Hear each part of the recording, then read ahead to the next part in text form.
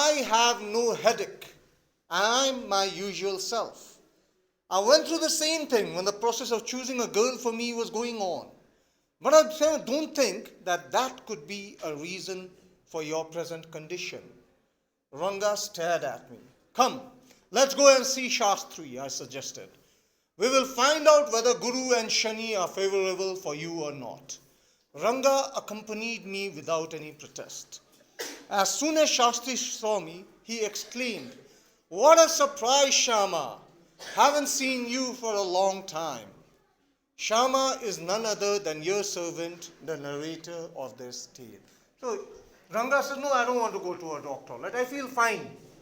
And now Shama moves ahead, or rather narrator moves ahead with this plan. He says, "I felt exactly the way you are feeling right now when they were looking for a bride for me.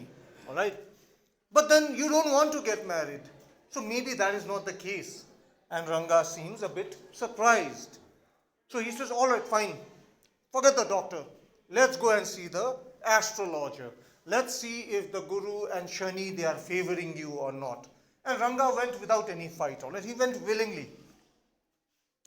Now, as soon as Shastri saw Ranga and the narrator approach, obviously, our narrator has planned everything with Shastri beforehand, right? So the Shastri, as per the plan, said, "What a surprise, Shama! Haven't seen you in a long time." And this is where we are finally introduced to our narrator, the one who is telling us the story. His name is Shama. So Shastri says, "Well, after such a long time I'm seeing you." I got angry and shouted, "What? Only this morning?" Shastri completed my sentence. "You finished all your work and now you are free to visit me. Had he not done so, I would have ruined our plan by bursting like grains that are kept out on the sun to dry." He forgot about his own plan, all right? And he almost spilled it. He said, "But only this morning." He wanted to say that, "I just saw you this morning," right? So he began his words, "Only this morning," and Shastri completed it for him. Shastri was a cunning man. He said, "Only this morning you completed all your work and now you are here to see me." And that is when Shama understood that Shastri is simply doing what they had planned earlier.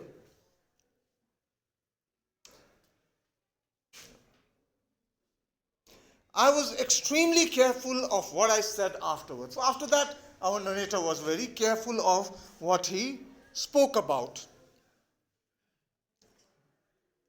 Shastri turned to Ranga. "When did the young son of our accountant clerk come home? What can I do for him? It's very rarely that he visits us. Take out your paraphernalia. Our Rangappa seems to have something on his mind. Can you tell us what's worrying him? Shall we put your science of astrology to the test?" There was authority in my voice as I spoke to Shastri. He took out 2 sheets of paper, some cowries, and a book of palmyra leaves, saying, "Ours is an ancient science, Ayya. There's a story to it, but I won't tell you the story now. This is not a Hari Katha, which allows you to tell a story within a story. You may get bored. I will tell it to you some other time." Shastri moved his lips fast and counted his fingers and then asked, "What's your star?" Ranga didn't know. "Never mind." Shastri indicated with a shake of his head. He did some more calculations before saying in a serious tone, "It's about a girl." I had been controlling my laughter all this while, but now I burst out laughing. I turned to Ranga, exactly what I had said. "Who is the girl?" It was your humble servant who asked the question. Shastri thought for a while before replying. "She probably has the name of something found in the ocean. Kamala, maybe. Could it be Pachi, moss? Must it be moss if not Kamala? Why not pearl or Ratna, the precious stone?" "Ratna? The girl in Ramarao's house is Ratna. Tell me, is there any chance of our negotiations bearing fruit?" "Definitely," he said after thinking for some time. There was surprise on Ranga's face and some happiness. I noticed it. But that girl is married, I said. Then I turned to him. His face had fallen. I don't know all that. There may be some other girl who is suitable. I only told you what our Shastra indicated, Shastri said. We left the place. On the way, we passed by Ramarao's house. Ratna was standing at the door. I went in alone and came a minute later. So that was his plan, all right? To make Ranga feel that he is in love with Ratna, and Shastri was part of the plan. So Shastri, he did some, he opened his books on astrology, he did some reading, and then he turned to Ranga and he said, "What is your star?" Ranga says, "I don't know." And Shastri says, "Never mind." And then he starts reading from the pages again, and then finally he opens his lips and says, "It's about a girl," all right? Which is funny because they have already planned it. And Shama, the narrator, could not contain it, so he burst out laughing. But then he turned his laughter into another side and said, "See, Ranga, that is what I told you. It's about a girl." And then Shastri goes on to describe the name of the girl, all right, in a very roundabout manner. He says the name of the girl has to do something with things found in the ocean. Kamala, maybe, Pachi, maybe, or maybe Ratna or Pearl, all right. So finally they come to the name Ratna. And Shama acts as if he is surprised. "Ratna? But that is the name of the girl who is in Ramarao's house.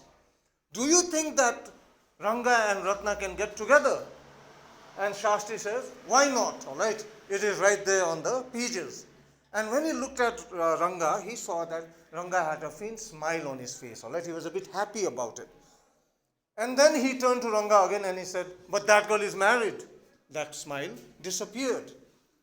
And Shastri says, "I don't know, all right? I don't know Ratna is married. I don't know if Ratna is unmarried. All I know is that this is what is there in the pages. It is already written in the pages. It will happen. Maybe it is some other Ratna. I don't know, all right? I have only given you facts that is true according to my Shastra." So after coming back, they passed by Ramarao's house. Ratna was standing on the door. Ranga was outside. Ramarao went inside for a minute and then he came outside.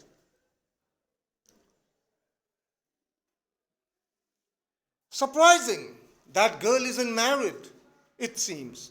Someone told me the other day that she was. What Shastri told us has turned out to be true after all. But Rangappa, I cannot believe that you have been thinking of her. Swear on the name of Madhavacharya and tell me, is it true what Shastri said? So he acts as if he did not know that Ratna was unmarried. He goes inside and comes out and he says, "What a surprise, she is unmarried. I thought she was married, all right? Someone told me she was married." But then Ranga, you are the biggest surprise of them all. You told me you don't want to get married. You had your own theory on marriage. And now the Shastri tells us that you want to get together with Ratna. Is it true? All right. Swear on the god of philosophy, all right? This name which has been given Madhavacharya, he is an exponent of Vedantic philosophy from South India. He says, swear on the philosopher and tell me, is it true that you want to get together with Ratna?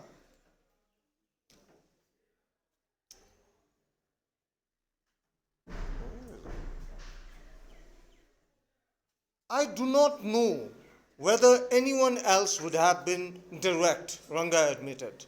There's greater truth in that Shastra than we imagine. What he said is absolutely true. So now Ranga also admits that yes, I have developed a liking towards Ratna, and now that she is found to be unmarried, I am willing to get married to her. So now the scene shifts where our narrator Shama is having a conversation with the astrologer, that is Shastri. Shastri was at the well when I went there that evening. I said, "So, Shastri Gale, you repeated everything I had taught you without giving rise to any suspicion. What a marvelous Shastra yours is." He didn't like it at all. So later on he went to see the Shastra and, "You said exactly what I told you to say, all right?" Ranga believed everything. What a marvelous actor you are, all right? What a marvelous Shastrigri you did. And the Shastri was angry at that. And he said, "What are you saying? What you said to me was what I could have found out myself from the Shastras.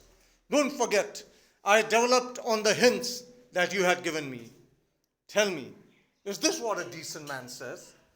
So Shastri said that, "Don't you doubt my Shastra, all right? Even if you had not told me anything, I would have said the exact same thing because I have my Shastras with me, all right? What are you saying?" No, where was it? Yeah. "Rangappa had come the other day to invite me for dinner." So now a lot of time has gone by, all right? Ranga is married with Ratna, all right? They have kids and also this is the scene. "Rangappa had come the other day to invite me for dinner.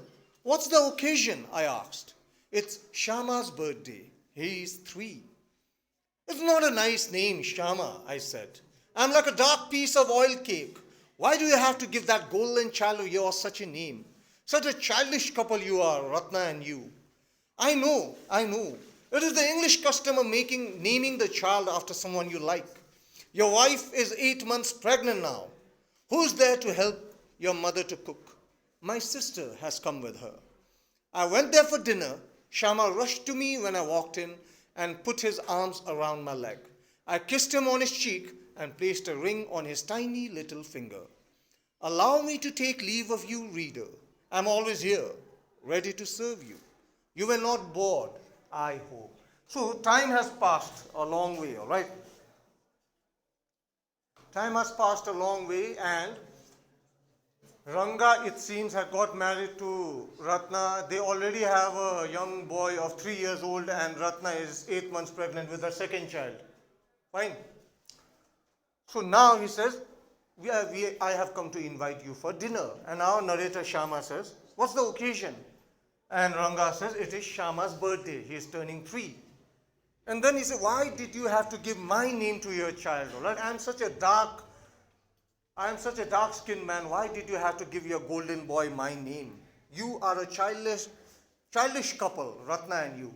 In fact, I understand that it is the English custom of giving your child the name of someone you like. But you should not have given the child my name."